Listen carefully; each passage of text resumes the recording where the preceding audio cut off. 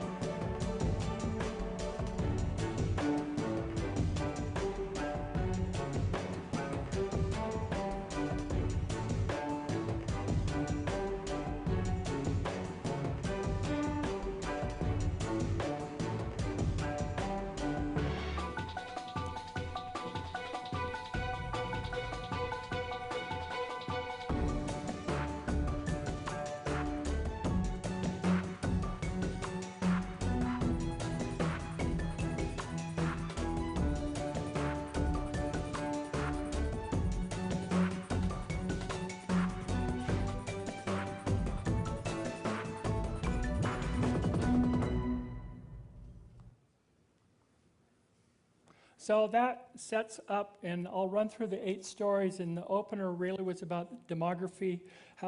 Here, a picture of London, the heart of industrial civilization, where coal was first used, the Industrial Revolution. And these girls are what we would call agents of change. The choices that they will be given in their lives will essentially determine the future of human civilization. Can we give them education? Can we give them economic opportunity and good places to live? Give them choices. It will make a huge difference for the planet. It will determine how many babies we have. And what we're seeing now is that we're seeing big families in the South, but in the North, what we're seeing is few children. We have countries in the Northern Hemisphere that aren't even replacing themselves. We're seeing a rapid migration from country to city. This in Russia, we see this in this country. And what we're seeing, for example, this here is Henderson, Nevada. This may not be the best model for urbanization, but it is what it is.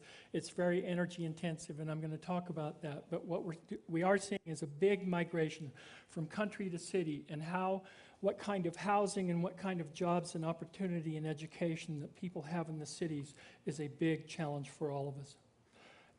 In the series, we also had a story on the age of man, the Anthropocene, this new proposed geologic era. I will go into some depth on that later. We're transforming the planet to perpetuate our lifestyle, whether we're flattening mountains for coal, damming rivers for water. We're creating a geologic impact on the planet that will last long after we are gone. And one of those is the acidification of the ocean. The Anthropocene piece and this acid ocean piece were written by Elizabeth Colbert of the New Yorker. The acidification of the ocean is one of the most profound impacts of our use of hydrocarbon fossil fuels, coal, oil, and gas. This picture taken off the coast of Italy, just a few yards away near a CO2 vent. This is what the oceans are going to look like if we keep pumping carbon dioxide pollution into the atmosphere from our fossil fuel consumption. We're also seeing changes in sea level. We did a story on Bangladesh. They're one of the most adaptive civilizations on the planet. They are trying to deal with rising sea levels. In the case here, this is a mosque that moves, and they have it so that they can respond to rising tides and to storms. And then there's the question of preserving genetic diversity in the food system. And this is Carrie Fowler of the Global Crop Diversity Trust at the Seed Bank in Svalbard. It is located at an elevation higher than if all the ice on the planet were to melt, this place would still be dry, so that we would have seeds to continue civilization in a warming world. And the central idea is all life stems from these grasses that we grow for grain.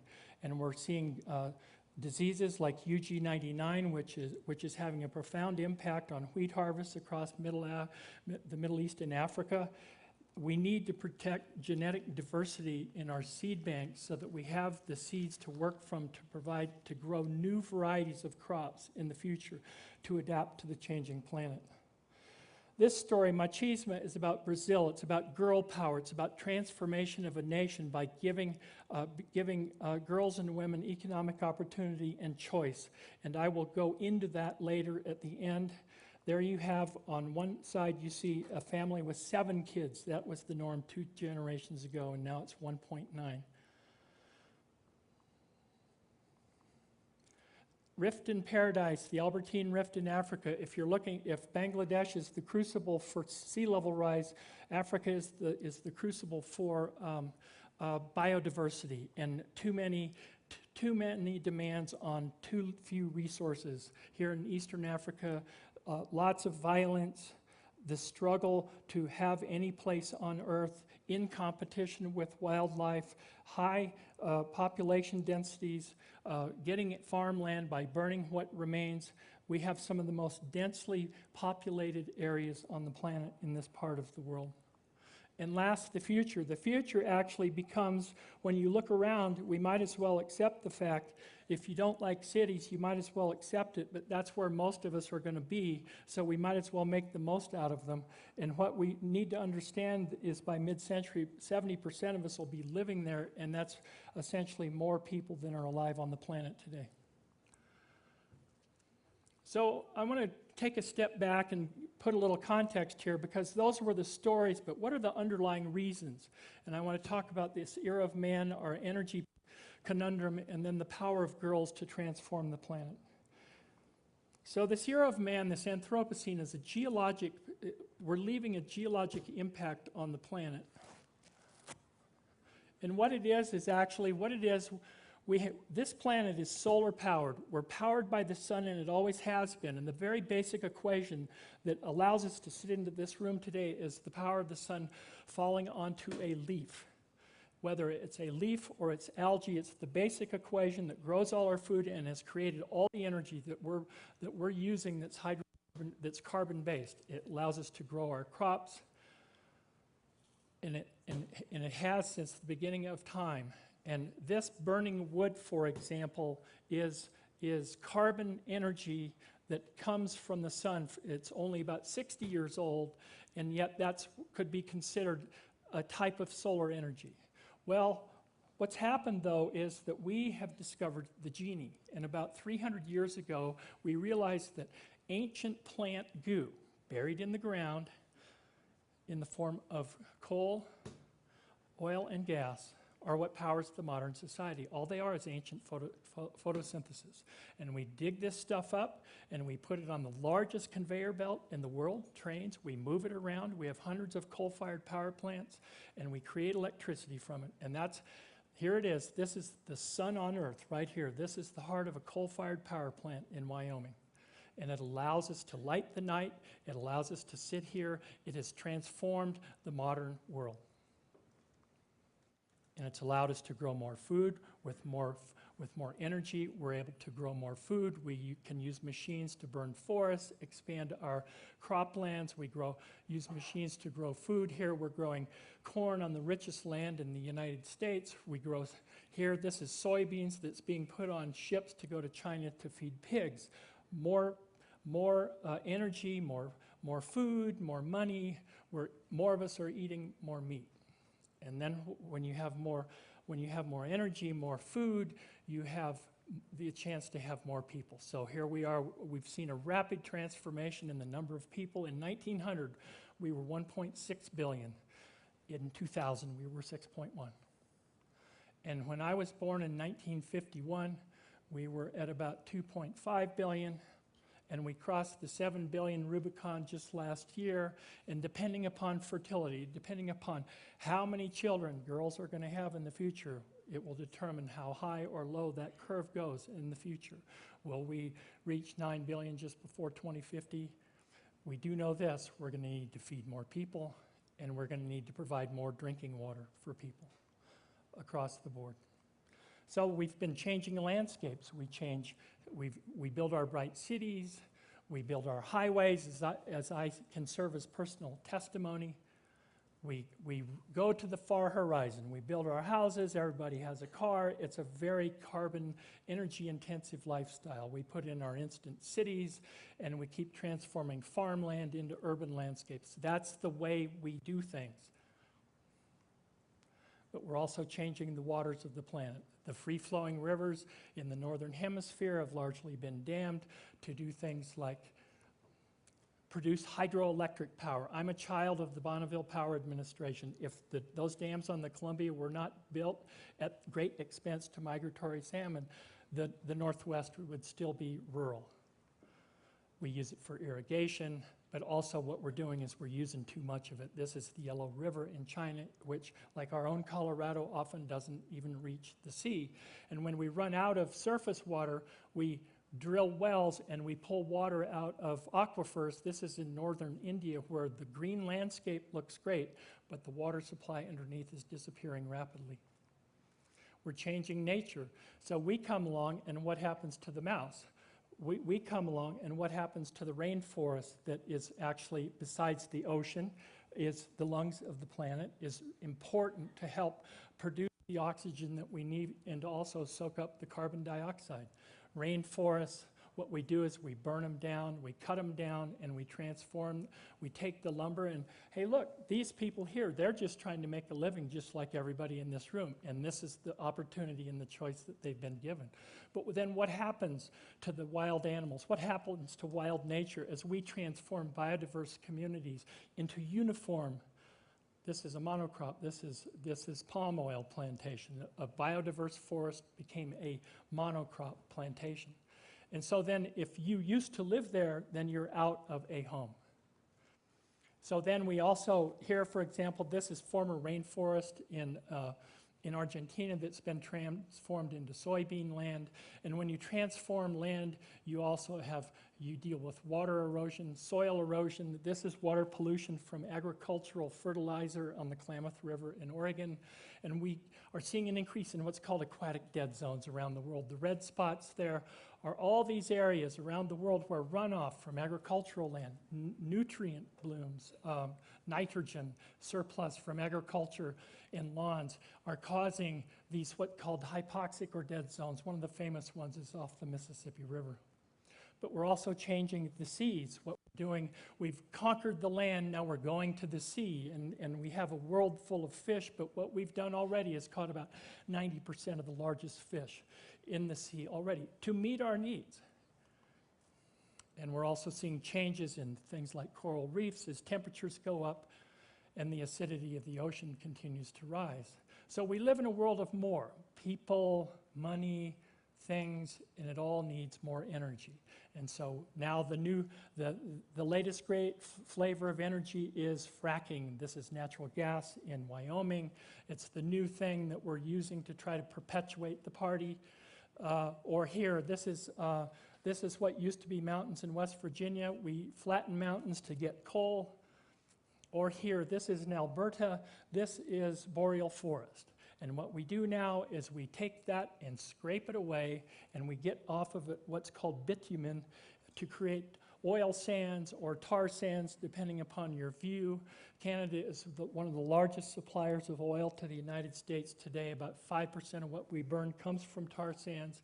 And if it's not tar sands, then it's deep water drilling, like here 2 years ago in the Gulf of Mexico, so that we can keep our wheels turning, whether it's here in the US or here, for example, in India, where there's lots of growth, everybody wants to drive a car. Every year, by burning fossil fuels, we release 1 million years of photosynthesis. That's what MIT chemist Dan Nocera said earlier this year to David Owen of The New Yorker in an article. Think about that if you want to understand the conundrum. It took 1 million years to take all those plants and squeeze them into that high energy, high value energy that we value so much, whether it's coal, oil, or gas. And in 1 year, we take 1 million years of that stuff and burn it up. It's hard for the atmosphere and the ocean to soak that stuff up.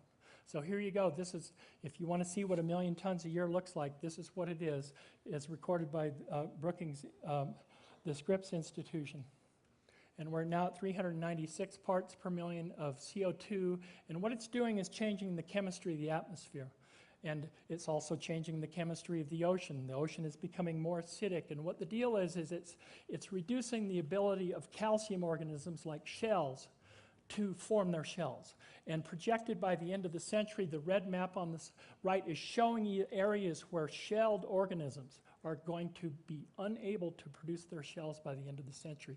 It's going to change the food system in the ocean. This is a pteropod. We did an article a few years ago on the acidification. This is a pteropod, and what we did was we simulated the pH of the ocean water that it would be by century's end. And that's what happened in 45 days. So you're going to have a big impact on the food chain of the planet. So we have more impact. And so what it is really, we have one planet, but right now we're living like we have a planet and a half to draw upon. We're drawing down the equity of the planet. And the Ecological Footprint Network has said if everybody in the world lives like we do, we'd need 4 of these things to be able to sustain our life. Case in point, this picture, everything in this picture that came out of this house came from oil. So you can see that our reliance on this wonderful fuel We are deeply embedded in more than just turning wheels with our cars from oil or lighting our houses with coal and gas. So to what end? Like, who cares? Okay, let's talk about it. So here, 60 years of global temperature change. It's unfortunately, you can only begin to see the pink, and it becomes significant there. What you see over the last 60 years is you're seeing an increase in temperatures across the planet. That's anomaly, they say, departure from norm. You're looking at 4 degrees Fahrenheit up there on average, and it's changing things. Well, what's changing? Let's take a look at the Arctic ice cap. 1979, first satellite picture taken of the Arctic ice cap. They take it in September when the ice is melted to its smallest for the year. This is last summer. 40 years later, 40% of it's gone. So what it's saying is things are changing, and we know there's a relationship between the fossil fuel combustion, the CO2 that goes into the atmosphere that traps heat near the planet, and we're seeing visible changes on the ground. Chacaltaya, Bolivia, 17,500 feet. Used to be the world's highest elevation ski area. No more because it's gone in 11 years. So we're seeing changes in seasons too. Here, this is from USDA in 1990. Growing seasons, a lot of us are gardeners. We are always wondering, when's that last freeze date in the spring, first freeze date in this fall? Watch the blue at the top. I'm gonna drop a dot here in the heart of the Corn Belt just south of Chicago, and now I'm gonna move ahead 16 years. Watch the blue at the top. It's disappearing. We're losing winter. That should go hand in hand with what you were seeing with the Arctic ice. So the seasons and the temperatures are changing. Here, Siberian Urals, 1962, 40 years later, all these trees. There's no politics in trees. They just go where they can. So what's happening here is the world is warming up and nature is responding. And we're seeing things like beetle-killed forests. This is in Alaska. This is now pervasive all over the western United States. We're seeing longer fire seasons. We're seeing more intense fires. Witness what's happening right now. Early fire seasons, long fire seasons. And we're seeing a change in the water cycle. The brown is drier areas, the green is wetter areas. We're seeing more extremes. Wet areas getting wetter. This is a Mississippi flood in '92. This is Nashville 2 years ago. Hardly anybody heard about it because it was the weekend of the Times Square bomber, and all the news outlets were focused on that. But biblical rainfall, 6+ inches over multiple days in Nashville. And then we have droughts, extreme droughts. This is in Australia that happened for over a decade. We're seeing longer droughts. We're seeing more intense rainfall. Just look at what happened with the tropical storm that just went through Florida. While that's happening, we're seeing this incredible heat wave across the United States. March was a record. May is even hotter. Here, for example, this is the Aral Sea disappearing because we have taken, what we're doing is we're pulling all the water out of the upstream rivers. So this used to be the world's 4th largest freshwater lake, and it's virtually gone because we pulled all the water out because we wanted to irrigate cotton. So there's a disconnect, really. There's a disconnect. What we have here is, this is the electric world. This is our world. 3/4 of us have electricity. We can build amusement parks that look like Paris. This is what we use our electricity for. And not to worry, when it gets warmer, we'll just put in more air conditioners. But the rub is you're going to put in more air conditioners, you're going to have to put in more coal-fired power plants, which is going to warm the atmosphere and create what's called a positive feedback. So stay tuned. But that leaves out 1/4 of humanity who are living just like they did in medieval times. They have no opportunity, little opportunity. There's a lot for a few and a little for a lot. And European countries come down into Africa and take the fish and leave this for the people who live there. So what we have really is this disconnect between the dream and the reality. And there's a lot of people on this planet who would love to see the blue landscape, but are increasingly being left with what you see in the background. But we are connected to this too, and the reason I need to say this is because I think we need to understand that all of us in this room are not immune to this. And all you need to do is look at the bathtub ring around Lake Powell, which is supposedly one of the biggest reservoirs in the world.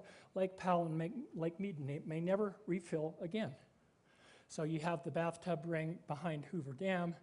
And then you look and you go, oh, well, everybody's got a swimming pool in their backyard. And what it is, it's like a modern day incarnation of what we see here at Chaco Canyon.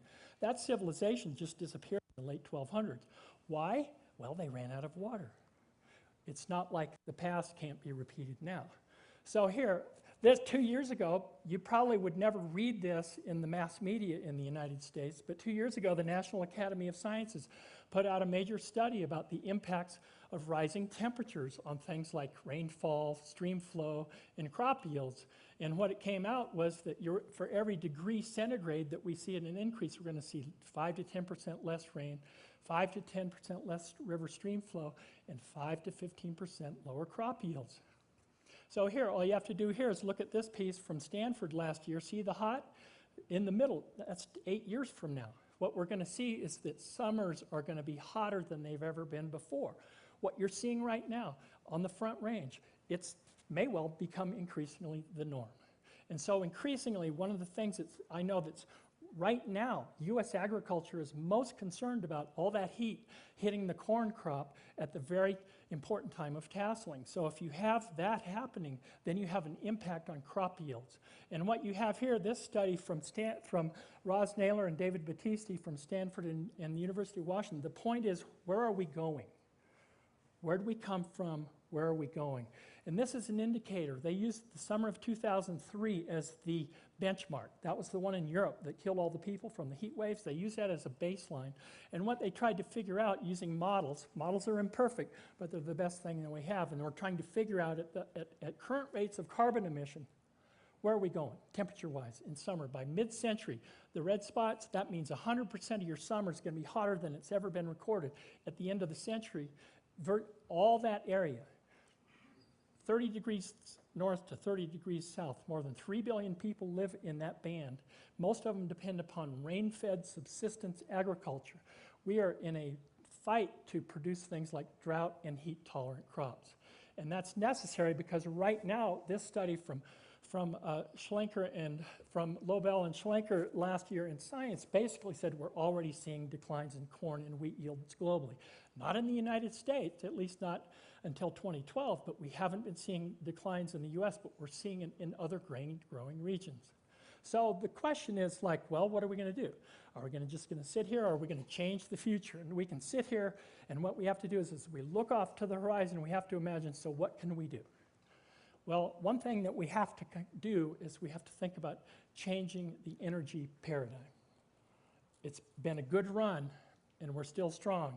But what we can do is use the energy that we have to get off of it. Do we have the wisdom? We know about this. It creates a lot of damage, environmental damage, makes the atmosphere a sewer. And that's going to determine what happens to us as a civilization, whether we can be strong enough to get off of ancient ancient sunshine, that's what coal is, and come back to a world that's powered more by contemporary sunshine. And that's, for example, the work here of Daniel Nocera at MIT. He's trying to produce an artificial leaf, which essentially will split water using the sun itself, and you can take the hydrogen and oxygen and generate electricity. He's already working with Tata in India to produce power plants that will produce 100 watts continuous. Well, that may be not much, but if you're somebody in India who has nothing and you all of a sudden have 100 watts, it'll change your life. And all he's trying to do is to change the future curve of carbon emissions. If he can keep the world from building more coal plants, then it's all worth it. That's what he was trying to do. So if it's in the near term, though, it really is all of us trying to think about how to get off of ancient sunshine and recapture the power of current sunshine, whether it's even just putting your own clothes on the line or using solar thermal or wind, or if it's biofuels, as long as you're not depleting the food stocks, right? Or maybe it's geothermal. It might even need to be nuclear. 20% of our energy already is coming from nuclear. Efficiency is important. That guy's holding a compact fluorescent bulb. One bulb used in a home continuously for 1 year. It's going to save you 500 pounds of coal. Think about it. It adds up. Smaller cars, more efficient cars, mass transit, rapid transit, metro, efficient homes, improved efficiency so that you have better insulation, all those things, it adds up. Green roofs, it all adds up. And what you also have to do is think about, can we get carbon out of the atmosphere? Because we're already above 350, which is said to be this red line. So is there a way to get carbon out? That's a really big research question right now. This is from a natural gas plant in Norway. They're soaking up carbon and trying to get it out of the atmosphere. And one of the most important things we can do is to stop cutting forests, because they soak it up. And they also are tremendous reserve of history of the planet, and they are reserves, and they are so important in helping to balance out the excesses of our modern life. And so at the end, another important solution. We talk about changing energy. We also need to think about changing the lives of girls. I come back and end with these agents of change, these girls. I have 2 daughters, teenagers. I feel very strongly about this issue, that what we can do to help girls become strong, self-standing citizens is terribly important. This little cartoon from The Economist last year, what we're seeing is a rapid decline in fertility rate around the world. We're at about 2.5 now, and the magic number is this, 2.1. If you could get the world at 2.1 kids per woman, I don't know what a 0.1 looks like, but you get the idea, right? But it's like, if you could get that and hold it, then that's like a magic number. And we're heading that way, because what we're seeing around the world, we're seeing rapid urbanization, we're seeing girls' education on the rise, we're seeing women in the economy, and we're seeing family planning. And all those conditions of working together can make a big difference. And what we did is we did a story on this, on Brazil as part of the story. It was probably the most important story that we did. If we can make this transformation, other things can fall into place. If we can't do this worldwide, then all bets are off. And the point was that Brazil, within 2 generations, went from 7 kids per family to 2, less than 2. And what was interesting about it was the dynamics and the social mechanisms. Rural electrification, television came in. They started doing soap operas that were about aspiring to a better life. And so the people started watching soap operas, and they went, oh, I like this, but to do this, I have to have fewer kids. And so that was what was happening, and that over 2 generations, people were getting away from having more kids. They were moving to the city. This is a home cooperative. It's a fabric making cooperative. She's working at home. And so the role of women, they're feeling stronger and better about themselves, and they're working, and they're also being educated. I love this picture of this little girl in her house.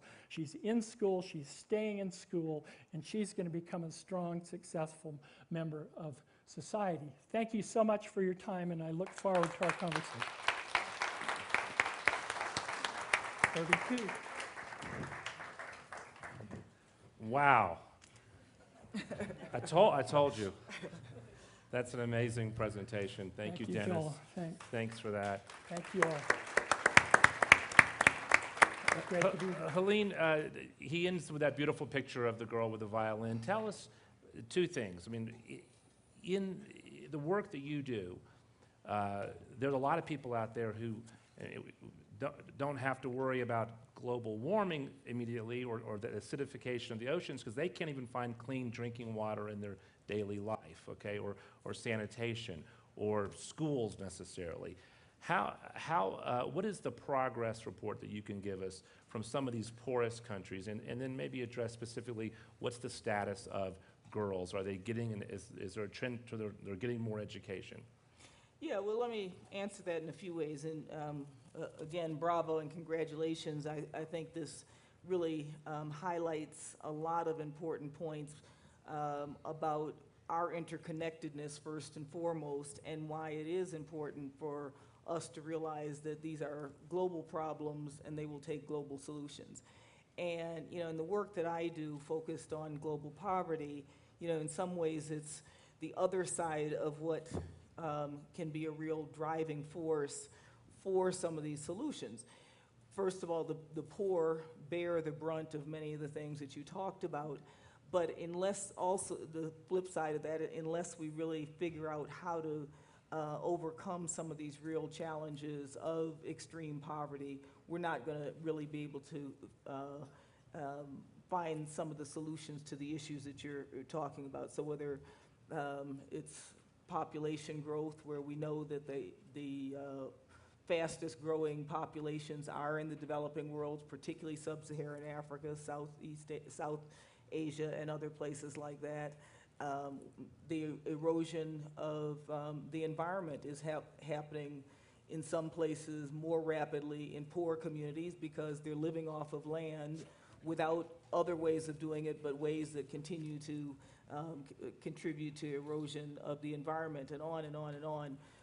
Lack of access to clean and safe water, all the impacts that climate change is having in developing countries with increased desertification, increased flooding, all these things that you pointed to.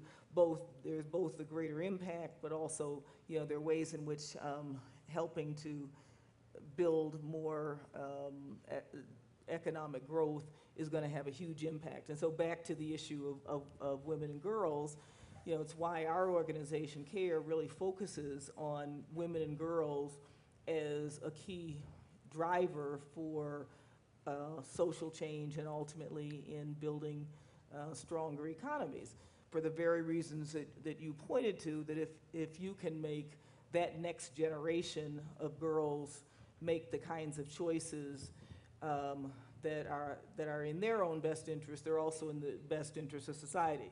We also know that girls and women bear the greatest brunt of poverty throughout the world. Over 60% of those who live in extreme poverty are girls and women.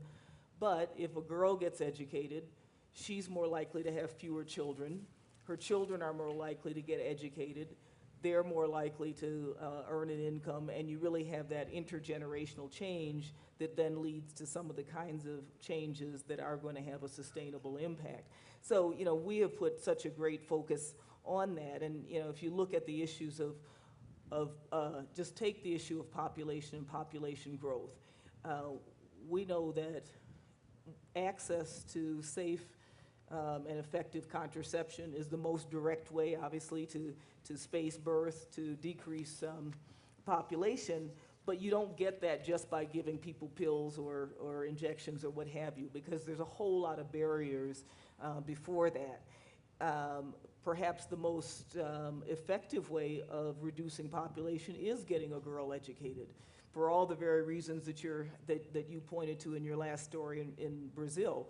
A girl that is educated is going to want to have fewer children because she is more likely to want to earn an income. She also is able to get past a lot of the cultural taboos that keep her from wanting to space births.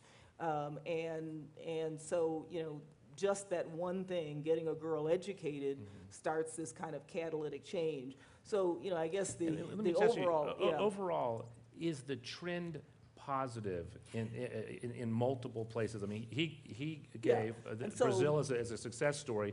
What else is happening out there? Yeah, and so yes, the trend is positive.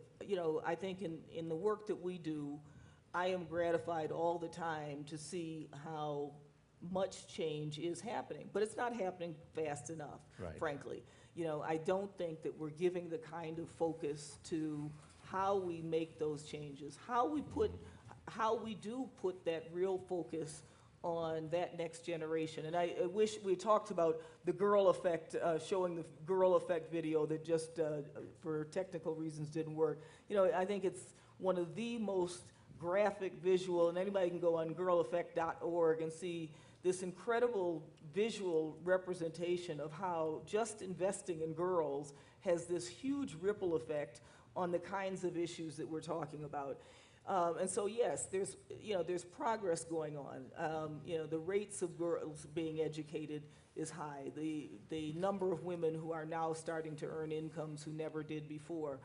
That said, I don't think we put adequate focus on it, because it sounds so simple that, if you educate a bunch of girls, you're going to solve the world's problems. Well, no, it's not quite that simple, but it is one of those huge leverage points that if we did put that kind of focus on, we know that we would have a much greater multiplier effect and unleash a potential that will have a huge impact on the world. I can go on citing example after example about what it does mean to really bring in that 50% of the potential of the world's potential that is basically being lost. And I think if you just look at numbers, you know that our world is not going to move forward. We're not going to have the kinds of solutions we need if we're basically writing off 50% of the world's potential.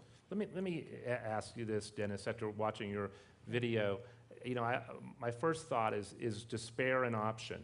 You know, because it's so daunting. I mean, the challenges, you know, of all these different things. I mean, I'm worried about the acidification of the ocean, and then you hit me with the drought is going to affect the corn when it's at its tasseling phase, and it's all these things going on. My question is, I mean, are we capable of managing all these problems? I mean, what's our? I mean, right now, are governments doing enough to address these things, or are the problems running away from us? After last week's Rio +20 conference, what came out of that was that the real progress was being made locally and in communities and on a civic level, not a national level. And I think, for example, if when we're trying to, so tell me a good story, for example, that makes us have hope. Over the weekend here on this stage at the Aspen Environment Forum, we had a panel on feeding the planet at mid-century when we're projected to be at 9 billion. And a fellow by the name of Chris Ray, R-E-I-J, who's at World Resources Institute, devotes his whole life to improving farm production in the Sahel. And he told many wonderful stories of how farmers on their own were saving their landscapes, planting trees, improving crop yields by huge amounts. There's also a story about solar-powered irrigation projects in Benin, that where before they depended solely on the rainfall.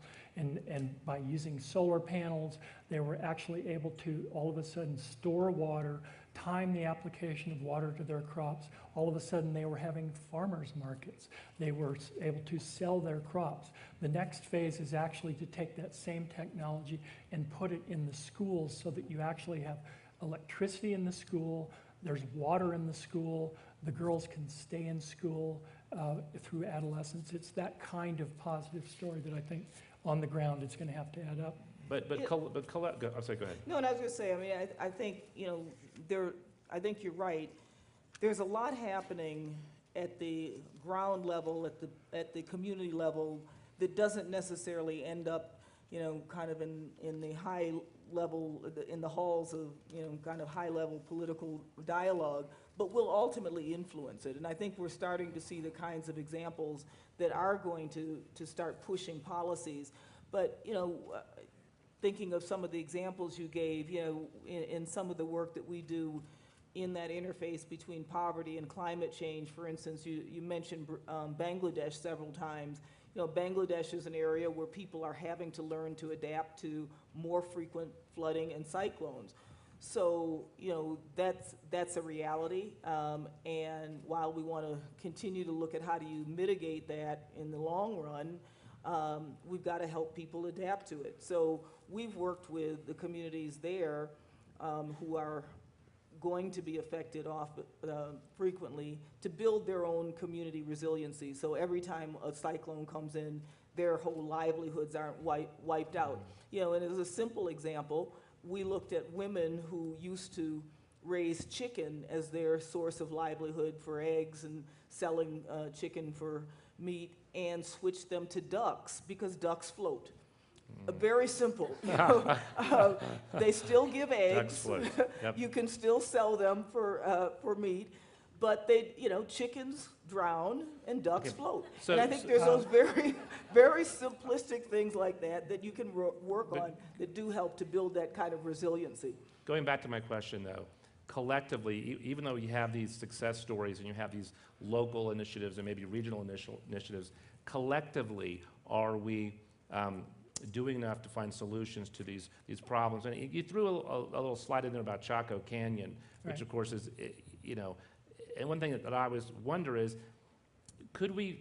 is there a collapse down the road? I don't think there is, but I wonder, do you think that there could be, a point at which, particularly with this big interconnected global economy, that some of these stress points become so great that we enter a period that looks more like a global collapse? I'm not going to say there's going to be a collapse, but I think why has there been no progress essentially on acknowledgement that our reliance on fossil fuels is the heart of the problem?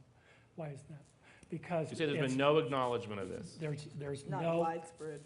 there's, Yeah. do you see us radically getting off of carbon fuels? Oh, we're moving to fracking and natural gas Right. because it's cheaper and it meets EPA greenhouse gas emissions.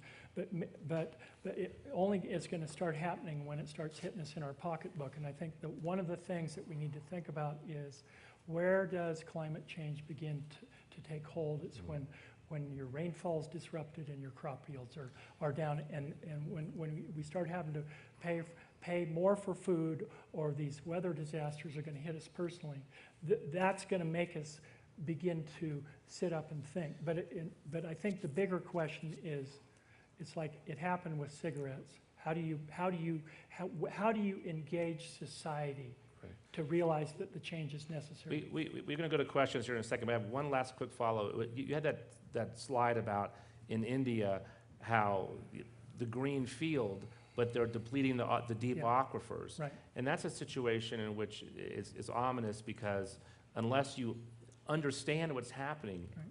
deep down, which requires science and technology and economic models, unless you can really understand what's happening, you don't really know your situation. You don't know what kind of problems you may have. And so I think, one thing that I always think of is that if we're going to manage this planet, we have to understand it. We have to, from top to bottom, and there's a role in the future for scientists and researchers just to figure Absolutely. out how this thing works.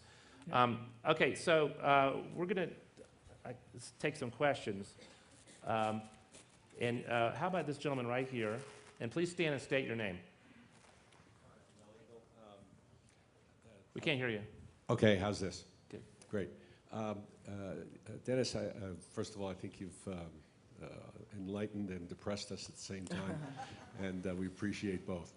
Can you give us any hope that the power of corporations to influence Congress to resist understanding or refuse to understand the kind of facts that you've presented is being counteracted by any kind of force from nonprofits, the Geographic Society, anybody, any hope that we will be able to move those folks to understand what you're saying and to do something about it? Well, that's a big question, and we know that just yesterday the Supreme Court decided to not revisit the Citizens United case. So there's going to be lots of money floating around, and you just have to accept that.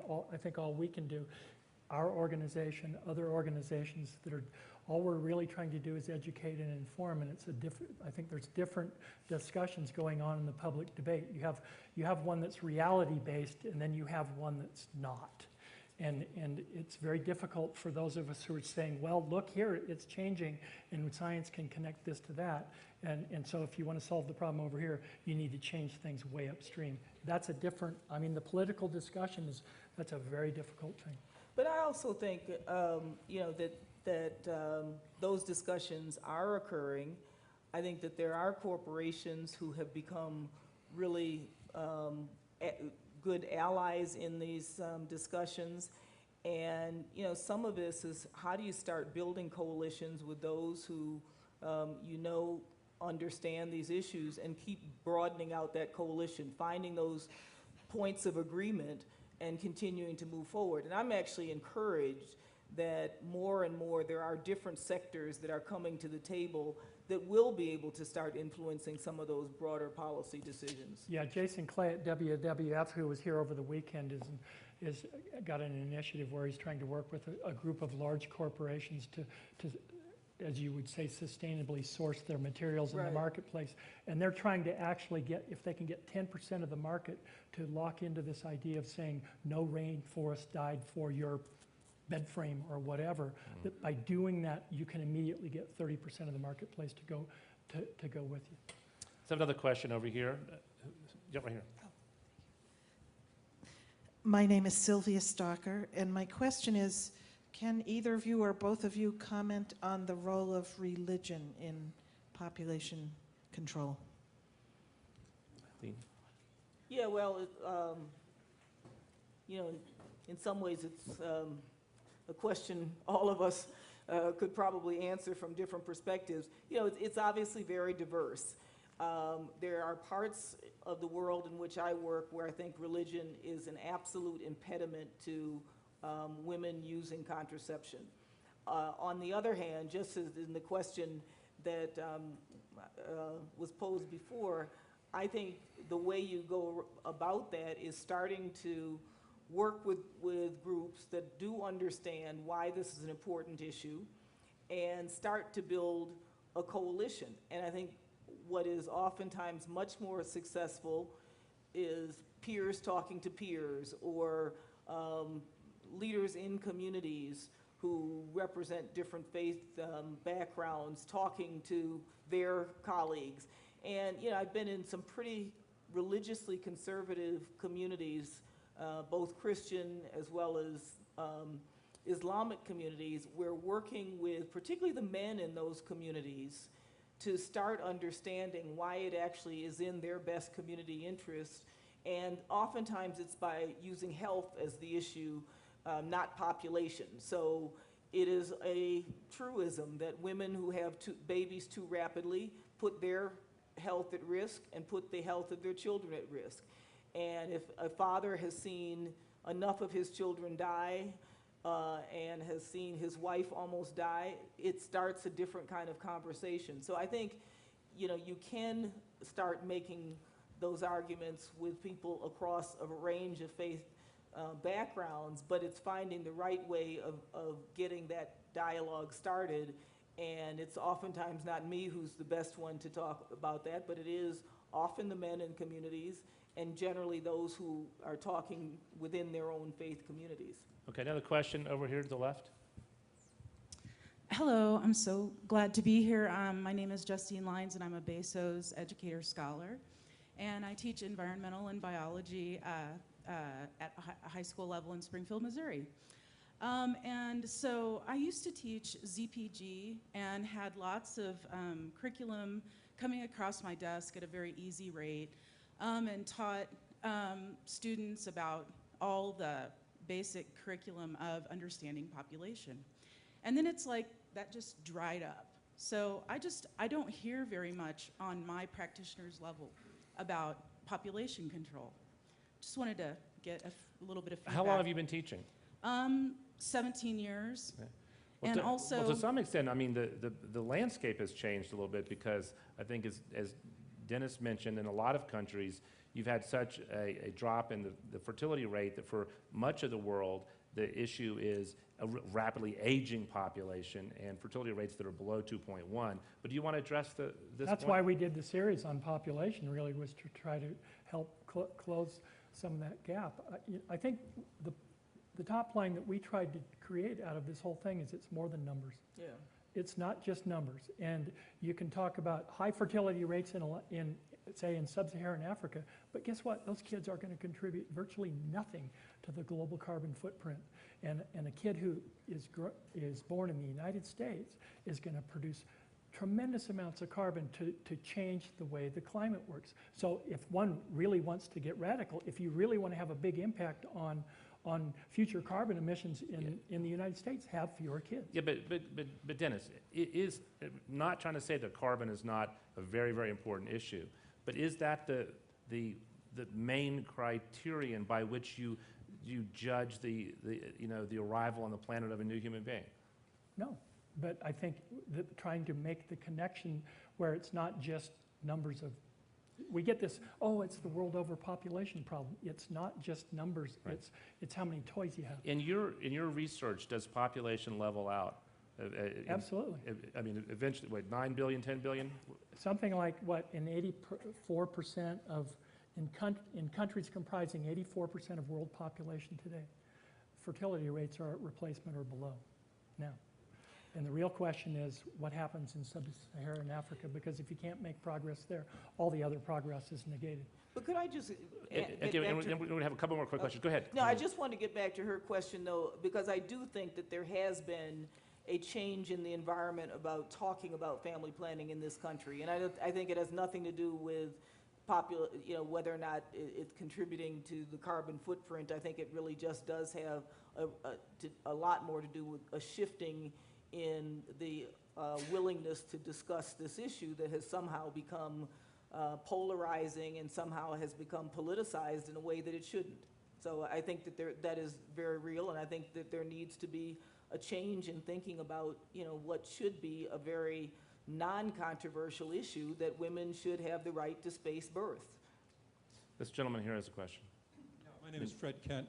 In 1970, I organized Earth Day in New York City. And so I've been in that environmental world, and I've seen umpteen thousands of those pictures. And they're the same pictures that were shown 20 years, 30 years ago, 40 years ago, Earth Day. That transformed many, many people in the world. I work on cities, and the most massive change that I have seen is in cities, and how people live in cities, and how they've become sensitive within a community. We live in Brooklyn, and I think Brooklyn is the epitome of what a new city anywhere in the world can become. It's not about lots of things owning things. We own one car for 9 people, and we don't even need that. So it's just a whole different lifestyle that is going on under the radar screen. And that's the massive change. So how do you reinforce that and support that? Bloomberg has no sense of that. He's working on big projects, but not at the community level. So that's where I think the massive change can happen and needs to go. Have everybody come take a trip to Brooklyn. Yeah. No, it's a great, Right. it's a great You can't. point. Denser There's is so better. many people there now. Then what do you do with all that suburban landscape once it's empty? Does it revert to forest? Does it, the one thing I wonder about is, what will life be like for most people 40 years from now, 50 years from now? Which gets into issues beyond energy use and into just sort of, the texture of our daily lives. Think about how much it's changed just in the last 15 years because of the internet and these mobile devices. And, you walk through any city now, and everyone's walking on the sidewalk looking at their mobile device. No one's looking up. It's just like, and no one saw that coming. So I think we have time for one more question. There's a gentleman way in the back there who wants to ask a question. How are we doing on time? Just about out. Thank you. Thank you. Hello? Jonathan Halpern with Designing Sustainability. I'd like to tack in a slightly different direction and get your thoughts about this idea.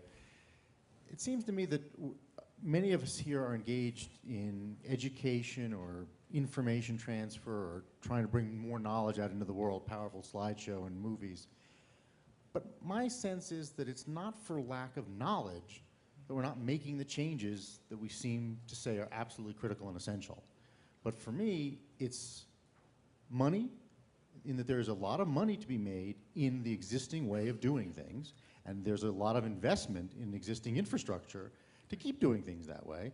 And secondarily, time, and that the notion of short-term both returns, short-term thinking, short-term political terms, that makes it impossible for us to think across generations and truly in a sustainable way. So I'd be curious your thoughts on that. Actually, to me, a wonderful example that's unfolding right now in the United States is in North Dakota, which is this new hotbed of oil drilling through fracking. And so all of a sudden we have all this new oil revenue. But also what we have is a great wind resource blowing across the state. And will we get beyond the near-term thinking of making all this money near-term and using some of that money that we make right now to build the infrastructure that will let us have infinite energy as long as the wind blows when the oil runs out?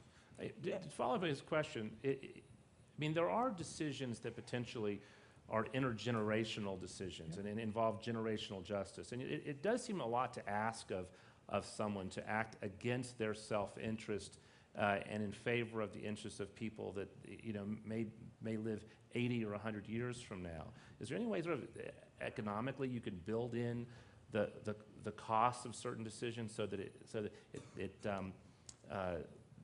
when you drive a car, you actually are paying the real price for how that impacts the environment?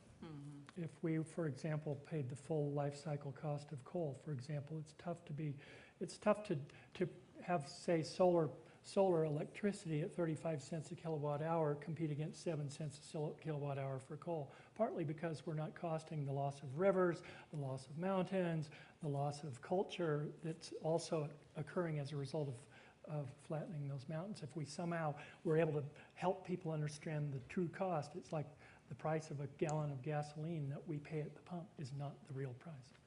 Yeah. Yeah, and the only thing I was just going to, I just do think we're incredibly short-term in our thinking, and I don't know how we shift that, and you know, maybe it's because we're still a new country and we just don't think as long-term as civilizations that have been around longer, who do think in longer interest, in a longer interest sense. And you know, everybody will famously give the Chinese as an example of a civilization that really does think very long-term. We just don't. And I don't, you know, I think incentives are one thing, but, you know, most people really don't believe, I mean, as much as you show and others show slideshows like that, that it really is going to happen. And it's just tough.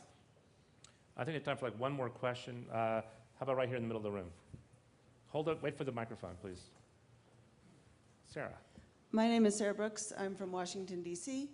A few years ago, the sort of exclusive, environmentally friendly supermarket, mostly organic, stopped giving plastic bags and only switched to paper.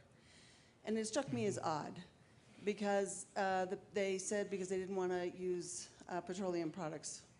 If we run out of oil, we'll figure something else out. If we run out of trees, we're going to suffocate. And I just thought that was a really odd decision. Reactions. I'd agree. Yeah, right. It's cosmetic. We can say we were Symbolic. doing something good. Yeah, You know, symbolic. the idea that there are always unintended consequences from well-meaning actions. Yeah. Okay, one more question. Right here in the corner. And then we're done. It's really cold in here. It's like something up, you know, for air conditioning. Yeah. I mean, like seriously, we could do something really nice. Okay. I'll talk to the management about that. Hi, my name is Spencer O'Brien. I'm a Bezos scholar from Milford, New York. And my question is, you've talked a lot about environmental concerns and population control, but what are some practical solutions you can offer for us to implement in our daily lives? Practical solutions to daily lives. Walk more? Walk more.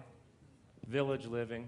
What else? Turn off, Yeah. you know, the kind of the simple things that people talk about, turn off your tap while you're brushing your teeth. I mean, I do think, I don't have all the, you know, I can't run through the litany of it, but, you know, I do think that's one thing, is I don't think we do enough to simplify for people what they can do.